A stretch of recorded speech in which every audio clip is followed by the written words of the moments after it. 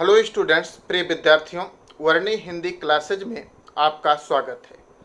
प्रिय विद्यार्थियों, साकेत महाकाव्य के गीत खंड से जो गीत आपके पाठ्यक्रम में सम्मिलित हैं, उसमें से गीत नंबर 1 आपको हम बता चुके हैं। निरख सखिए खंजन आए, इसकी व्याख्या, इसका अर्थ हमने आपको बता दिया है। आज हम गीत नंबर 2 की व्याख्या आप लोगों को बताएंगे। शिशिर ना फिर गिरिवन में। तो चलिए हम लोग गीत नंबर 2 की व्याख्या सीखते हैं, इसके अर्थ को अच्छे तरीके से समझते हैं। बस आप पूरा वीडियो देखते रहिए और इसके अर्थ को भलीभांति समझिए। निश्चित रूप से ये आपको समझ में आएगा और आपकी बोर्ड परीक्षाओं में आपके काम आएगा, जिससे आप अच्छे से अच्छा अंक प्राप्त कर सकेंगे। तो चलिए हम गीत नंबर 2 की अर्थ सहित व्याख्या की तरफ चलते हैं। शिशिर ना फिर गिरिवन में, जितना मांगे पतझड़ दूंगी मैं इस निज नंदन में। कितना कंपन तुझे चाहिए, ले मेरे इस तन में। सखी कह रही पांडुरता का क्या अभाव आनन में। वीर जमा दे नयन नीर, यदि तू मानस भाजन में। तो मोती सा मैं अकिंचना रखूं उसको मन में। हंसी गई रो भी न सकूं मैं अपने इस जीवन में। तो उत्कंठा है देखें फिर क्या हो भाव भुवन में। प्रिय विद्यार्थियों, उर्मिला शिशिर ऋतु से प्रार्थना करते हुए कहती है, ना फिर गिरि वन में। हे शिशिर ऋतु, गिरि अर्थात पर्वत, वन अर्थात जंगल। हे शिशिर ऋतु, तू पर्वत और जंगल में मत घूम, क्योंकि वहां पर मेरे प्रियतम भातृ सेवा रूपी व्रत में लगे हुए हैं। तू अपनी सर्दी रूपी कठोरता से उनके इस व्रत में विघ्न मत डाल, क्योंकि तुम्हें जितना भी पतझड़ चाहिए, शिशिर ऋतु पतझड़ ऋतु की होती है।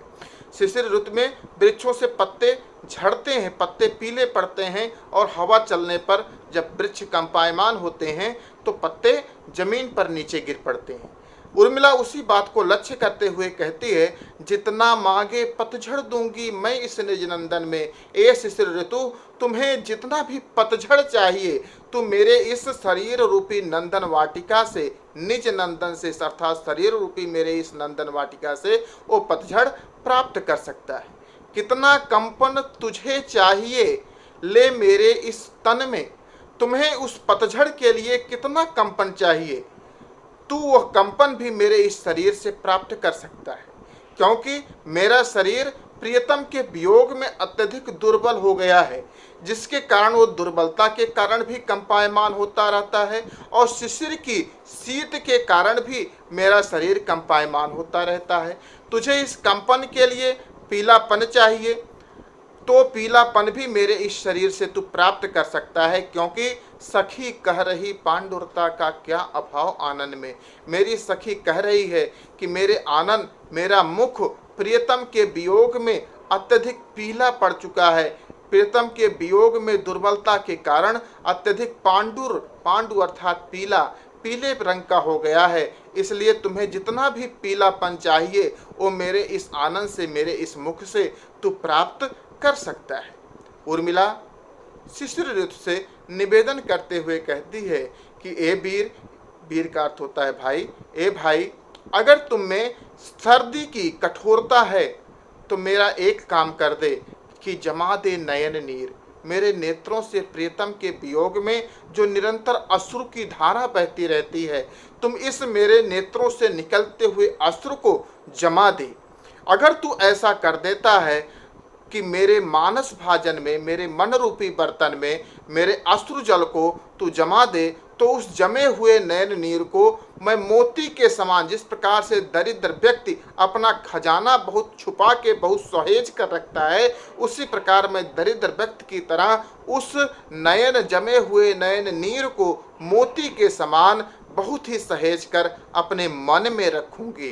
क्योंकि प्रियतम के वियोग के कारण, प्रियतम के विरह के कारण मेरे ओंठों की हंसी तो चली गई, सिर्फ मेरे आंखों से अश्रुओं की धारा बहती रहती है। अगर तू उन अश्रुओं की धारा को, बहते हुए अश्रु जल को जमा दे, तो मैं सोचती हूँ कि मैं रो भी नहीं सकूँगी। और अगर जब मैं हंस भी ना सकूँ और मैं रो भी ना सकूँ अपने इस जीवन में, तो मेरी यह उत्कंठा है, मेरी ये जानने की उत्कंठा है कि मेरी भावनाएं फिर इस भाव जगत में, भाव भुवन में, भावनाओं के संसार में मेरी ये भावनाएं किस प्रकार से प्रकट होती हैं। प्रिय विद्यार्थियों, इस तरह से शिशिर ऋतु के संबंध में उर्मिला के उद्गार थे। इसका हमने अर्थ और व्याख्या बताई। अब हम आपको इसके आगे की व्याख्या अर्थात गीत नंबर 3 मुझे फूल मत मारो, इसकी व्याख्या हम बताने चल रहे हैं। मुझे फूल मत मारो, मैं अबला बाला वियोगिनी, कुछ तो दया विचारो, होकर मधु के मीत मदन पटु, तुम कटु गरल नगारो, मुझे विकलता तुम्हें विफलता, ठहरो श्रम परिहारो, नहीं भोगिनी यह मैं कोई, जो तुम जाल पसारो, बल हो तो सिंदूर बिंदु यह हर नेत्र निहारो, रूप दर्प कंदर्प तुम्हें तो मेरे पति परवारो, लो यह मेरी चरण धूल उस रति के सिर पर धारो। उर्मिला कामदेव को संबोधित करते हुए कहती है, ये बसंत ऋतु का वर्णन है। बसंत ऋतु कामदेव की ऋतु मानी जाती है।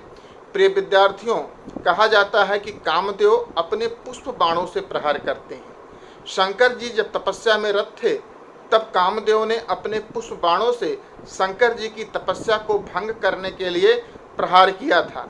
और जब भगवान शंकर ने नेत्र खोला तो उसी समय कामदेव भस्म हो गया। उसी के बाद कामदेव का नाम अनंग पड़ गया, अर्थात बिना अंग के। तो उर्मिला कुछ उन बातों को मिलाकर कामदेव से प्रार्थना करती है। जब उर्मिला स्वयं काम से व्यथित होती है तो कामदेव से प्रार्थना करती है कि मुझे फूल मत मारो, ए कामदेव तुम मुझ पर अपने पुष्प बाणों का प्रहार मत करो, क्योंकि एक तो मैं अबला हूँ, स्त्री हूँ, दूसरी बाला हूँ, मैं युवती हूँ, और तीसरी वियोगिनी हूँ। मेरे प्रियतम इस समय भातृ सेवा रूपी व्रत में लगे हुए हैं, इसलिए कुछ तो मेरे ऊपर दया करो, मुझ पर अपने पुष्प बाणों का प्रहार मत करो, क्योंकि तुम्हारे पुष्प बाणों के प्रहार से मैं व्याकुल हो सकती हूँ। होकर मधु के मीत मदन, हे मदन, हे कामदेव, मदन का अर्थ है कामदेव, हे कामदेव तुम तो मधु अर्थात बसंत ऋतु के मित्र हो, पटु तुम चतुर हो, इसलिए तुम कटु गरल नगारो, इस कड़वे विषैले विष रूपी बाणों की वर्षा गारो, अर्थात बाणों रूपी वर्षा हम पर मत करो, क्योंकि तुम्हारे इन बाणों की वर्षा से मैं व्याकुल तो अवश्य हो जाऊंगी, लेकिन तुम्हें विफलता, तुम्हें असफलता ही हाथ लगेगी, तुम्हें कुछ भी प्राप्त नहीं होने वाला है। तो बार बार अपने बाणों का प्रहार करते हुए और बार बार असफल होते हुए यदि तुम में थकान आ गई हो तो ठहरो, थोड़ा रुक जाओ, श्रम परिहारो, अपनी थकान भी दूर कर लो, क्योंकि नहीं भोगिनी यह मैं कोई, जो तुम जाल पसारो, मैं कोई भोगिनी स्त्री नहीं हूँ जो तुम हमारे ऊपर अपने जाल फैलाने की, अपने प्रपंच जाल फैलाने का प्रयास कर रहे हो। मैं तुम्हारे इस पुष्प बाणों के प्रहार में आने वाली नहीं हूँ। मुझे व्याकुलता तो अवश्य होगी, लेकिन तुम्हें असफलता ही प्राप्त होगी। मैं कोई भोगनी स्त्री नहीं हूँ जो तुम अपने पुष्प बाणों के प्रपंच में, जाल में, अपने काम के जाल में फंसाने का प्रयास कर रहे हो। बल हो तो सिंदूर बिंदु यह हर नेत्र निहारो, अगर तुम्हारे अंदर शक्ति है, साहस है, तो ये शंकर जी के तीसरे नेत्र के समान मेरे माथे पर जो सिंदूर की रेखा है, तुम इसको देखो। इसको देखते ही जिस तरह से शंकर जी के तीसरा नेत्र खुलने से तुम भस्म हो गए थे, ये सिंदूर की रेखा भी शंकर जी के तीसरे नेत्र के समान है, जिसको देखते ही तुम भस्म हो जाओगे। रूप दर्प कंदर्प तुम्हें तो मेरे पति परवारो, एक कंदर्प भी कामदेव का पर्यायवाची है। एक कामदेव, अगर तुम्हें अपने रूप का दर्प है, अपने दर्प माने अहंकार, रूप का अहंकार है, रूप का घमंड है। विद्यार्थियों, कहा जाता है कि कामदेव देवताओं में सबसे अधिक सुंदर हैं, तो उसी को लक्ष्य करके उर्मिला कहती है कि एक कामदेव, अगर तुम्हें अपने रूप का अहंकार है कि तुम देवताओं में सबसे अधिक सुंदर हो, तो तुम मेरे पति परवारो, तो अपना रूप का अहंकार मेरे पति पर न्यौछावर कर दो, क्योंकि मेरे लिए मेरे पति से अधिक सुंदर कोई नहीं है। लो यह मेरी चरण धूल उस रति के सिर पर धारो। और अगर तुम्हें ऐसा लगता है कि तुम्हारी पत्नी रति बहुत अधिक सुंदर है, तो मेरी इस चरणों की धूल ले जाओ और अपनी पत्नी रति के सिर पर लगा देना, क्योंकि मेरे पति के लिए भी मुझसे अधिक सुंदर कोई नहीं है। तुम्हारे पुष्प बाणों का प्रहार मुझ पर नहीं होने वाला है। तुम्हें विकलता ही प्राप्त, मुझे विकलता, तुम्हें विफलता, मैं व्याकुल तो अवश्य होंगी, लेकिन तुम्हें असफलता ही प्राप्त होगी। तुम्हें कुछ भी यहाँ पर प्राप्त होने वाला नहीं है। प्रिय विद्यार्थियों, इस तरह से गीत नंबर 2 और गीत नंबर 3 की व्याख्या ये थी। निश्चित रूप से आप इसे पूरा देखिए और आपके निश्चित रूप से ये समझ में आएगा। अगले और चौथे गीत की व्याख्या हम अगले वीडियो में आप लोगों के लिए लेकर आएंगे।